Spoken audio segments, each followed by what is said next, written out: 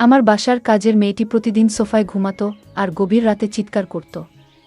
আমি তা আমার রুম থেকে শুনতে পেতাম, কিন্তু কাজের মেয়েটি সকালে স্বাভাবিক হয়ে যেত। আমি পরদিন রাতে আবার সেই চিৎকার শুনতে পেতাম। আমি অবাক হতাম সেই শব্দ শুনে। তারপর কিছুদিন পর জানতে পারলাম কাজের মেয়েটি মা হতে চলেছে। আমি সেই রহস্য জানার জন্য কাজের মেয়েকে বললাম, আজ তুই আর রুমে ঘুমা, আমি তোর সোফায় ঘুমাবো। তারপর রাত যখন 2টা বাজে তখন আমার সাথে যা ঘটল তা শুনলে তোমরা ঠিক থাকতে পারবে না। তাহলে আসল ঘটনাটি খুলে বলি। আমি শারমিন, বয়স আমার 24 বছর। আপনারা প্রায় সবাই আমাকে খুব ভালো করেই চেনেন এতদিনে। আমি আমার বেশ কিছু ঘটনা আপনাদের সাথে শেয়ার করেছি এর আগেও। আজ বলছি কিছুদিন আগের এক রোজার ঈদের রাতের কথা। আমার ড্রাইভারের নাম সৈকত, বয়স 40 বছরের মতো হবে। প্রায় 2 বছর ধরে ও আমাদের গাড়ি চালিয়ে আসছে। ওর আচার আর চালচলন একটু ভালো করে দেখলে যে কেউই বুঝে ফেলতে পারবে সে একটা খারাপ মানুষ। ওর বউ গ্রামের বাড়িতে থাকে সন্তানদের সাথে। সারা বছর ও ঢাকাতেই থাকে, আর শুধু পূজার সময় ছুটি নিয়ে বাড়িতে যায় কয়েক দিনের জন্য। যে একটা চরিত্রহীন তা আমিও আসার পর প্রথম দিন গাড়িতে চড়েই টের পেয়ে গিয়েছিলাম। গাড়ি চালানোর থেকে এক অদ্ভুতভাবে তাকিয়ে থাকত, আর খাবার জন্য ঘরে এলেই আমাদের কাজের মেয়ে সাইমার দিকে তাকিয়ে থাকত, এমনকি আমার দিকেও তাকাত সুযোগ পেলেই। প্রথম দিকে একটু কেমন কেমন লাগলেও আস্তে আস্তে ব্যাপারটার সাথে মানিয়ে নিয়েছিলাম। এটা পুরুষদের জন্য স্বাভাবিক মনে করেই এভাবে প্রায় বছর খানিক চলে গেল। থাকার জায়গা না থাকায় ও আমাদের গ্যারেজের সাথে থাকা ছোট একটা রুমে থাকত। এতে কাজেরও সুবিধা হতো, ওকে দিয়ে ঘরের অনেক ছোটখাট কাজও করিয়ে নেওয়া যেত। আমি আর সাইমা প্রায় প্রতি রাতেই একসাথে টিভি দেখতাম, যখন আমার স্বামী দেশের বাইরে থাকত। রাত একটু গভীর হয়ে গেলে আমি আমার খাটে এসে ঘুমিয়ে পড়তাম, আর সাইমা একা একা আরেকটু সময় টিভি দেখে সোফাতেই ঘুমিয়ে পড়ত, ওর ঘরে যেত না। এভাবে একদিন রাতের বেলা আমি টিভি ছেড়ে উঠে এসে আমার খাটে ঘুমিয়েছিলাম, আর সাইমা সোফাতে ঘুমিয়েছিল। রাত প্রায় 2টার দিকে কি যেন একটা শব্দে আমার ঘুম ভেঙে গেল। ঘুম ভাঙার পর আমি আর শব্দটা পেলাম না। আমি আবার ঘুমিয়ে পড়তে যাব, এমন সময় মনে হলো ফ্রিজ থেকে একটু ঠান্ডা পানি খেয়ে নিই। খাওয়ার জন্য আমি খাট ছেড়ে ডাইনিং রুমের দিকে গেলাম। যাবার সময় ড্রয়িং রুমে টিভির হালকা আলোতে নড়াচড়া দেখতে পেলাম। আমি কোনো আওয়াজ না করে দাঁড়িয়ে গেলাম কি হচ্ছে তা দেখার জন্য। যা দেখলাম তাতে আমার মুখ যেন হা হয়ে মাটিতে পড়ার দশা হলো। আমি এই দৃশ্য দেখে পুরো হতভম্ব হয়ে গেলাম, আমার মাথা যেন কাজই করছিল না। আমি প্রায় 10 মিনিট মতো মনে হয় দাঁড়িয়ে দাঁড়িয়ে সাইমার এক অদ্ভুত দৃশ্য দেখছিলাম, সৈকত আর সাইমার। দৃশ্যটা দেখে আমি আর নিজেকে ধরে রাখতে পারছিলাম না।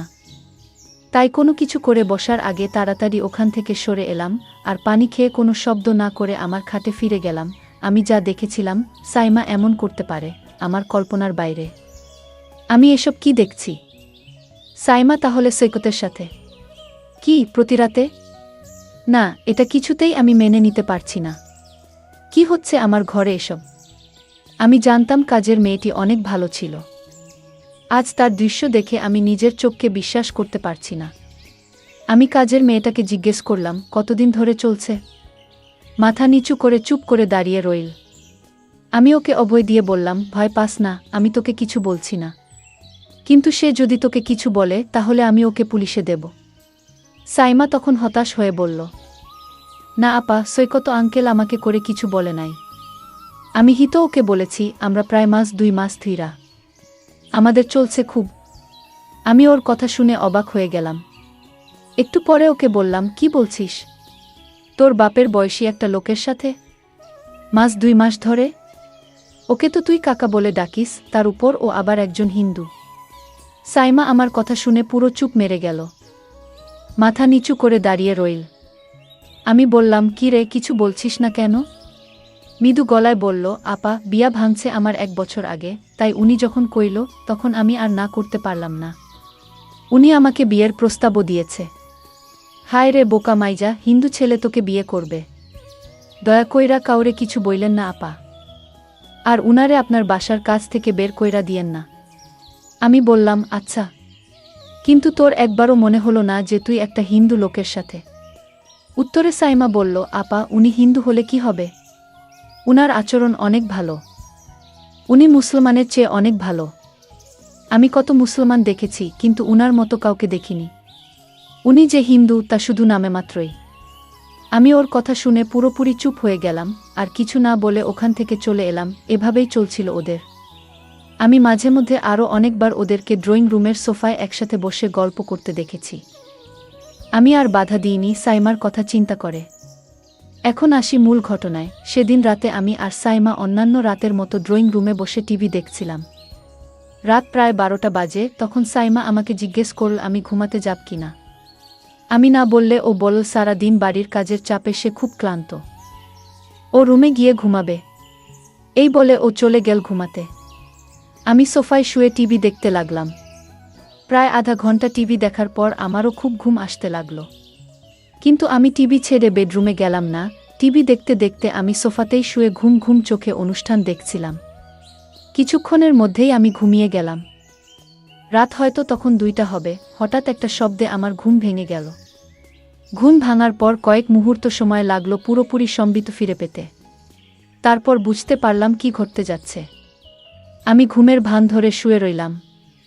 ভাবলাম দেখি কি হয়। যখন আমার সোফায় সাইমা ভেবে কেউ আসলো। এরপর লোকটা বলে উঠল, কি রে সাইমা, এমন করিস না আজকে। কি হলো? আমার সাথে কোনো কথা বলছিস না যে? তুই কি আমার উপর রাগ করেছিস?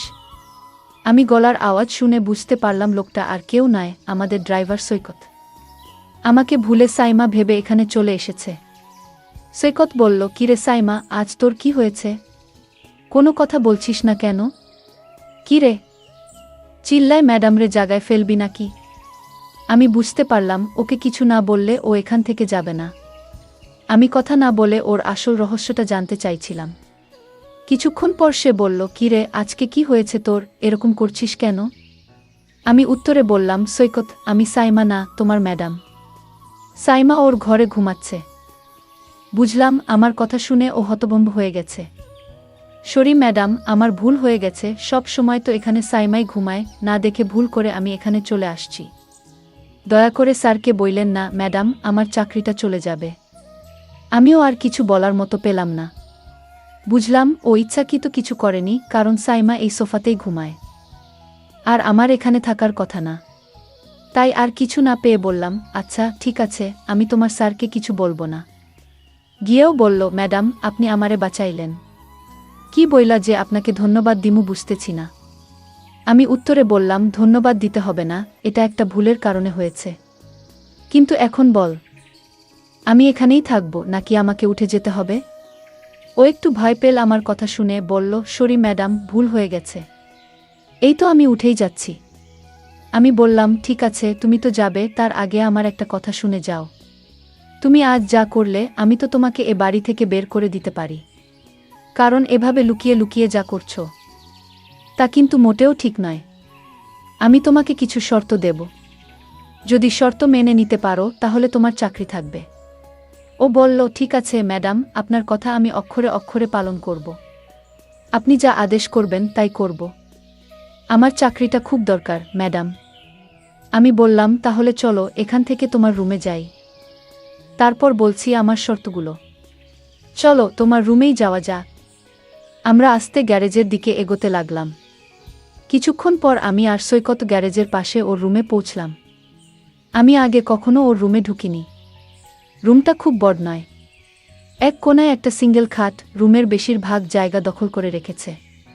ছোট একটা টেবিলের উপর একটা ছোট টিভি আর কয়েকটা মূর্তি। খাটের নিচে একটা ট্রাঙ্ক, হাঁটাচলার জন্য খুব সামান্য জায়গা।